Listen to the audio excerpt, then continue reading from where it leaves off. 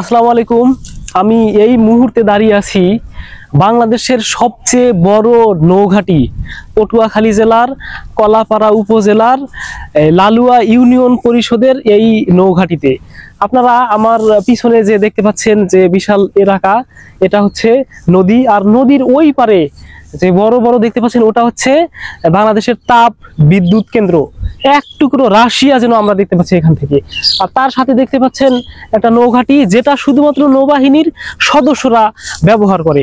আবার দেখেন এই যে নদীর মাঝখান দিয়ে জনসাধারণ চলাচল করছে। যদিও এই মুহূর্তে আমি যে জায়গাটায় দাঁড়িয়ে আছি, এই জায়গাটিতে সাধারণ মানে সিভিল পাবলিকের প্রবেশ সম্পূর্ণরূপে নিষেধ।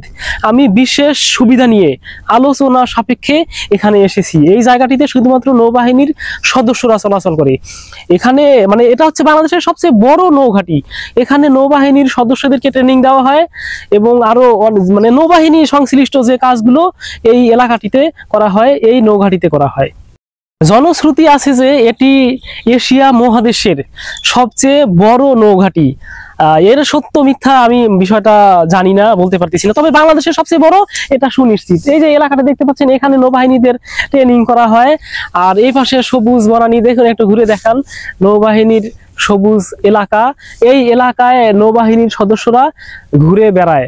গরমের তীব্রতায় এই মুহূর্তে কোনো সদস্যকে দেখা যাচ্ছে না এবং আমি আলোচনা সাপেক্ষে এই অংশটাতে এসেছি। আমার সামনে অর্থাৎ মোবাইলের পিছনে যে বড় একটা নেম প্লেট আমরা দেখতে পাচ্ছি, আপনি দেখুন, যদিও পরন্ত দুপুরের এই সময়ে দেখতে খুব কষ্ট হতে পারে, একটু পিছান। আমার পিছনে আপনারা হয়তো দেখতে পাচ্ছেন যে শান্তিতে সংগ্রামে সমুদ্রে দুর্জয়।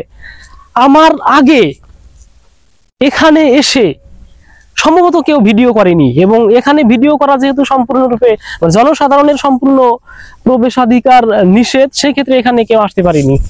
আর রাকিব দা, আপনি একটু পিছনে দেখান যে ওই যে নদীতে জাহাজ চলাচল করতেছে, এটা হয়তো প্রশাসনিক কোনো জাহাজ। সাধারণ জনসাধারণ এখানে চলাচল সাধারণভাবে করে না, সেক্ষেত্রে ধারণা করা যায় এটা প্রশাসনিক কোনো জাহাজ। আর যে দেখতে পাচ্ছেন তার পিছনে এক টুকরো রাশিয়া, পায়রা বন্দর তাপ বিদ্যুৎ কেন্দ্র। তো এই এলাকা থেকে আপনাদেরকে অনেক ধন্যবাদ। আপনারা আমার পাশে থাকবেন। আল্লাহ হাফেজ।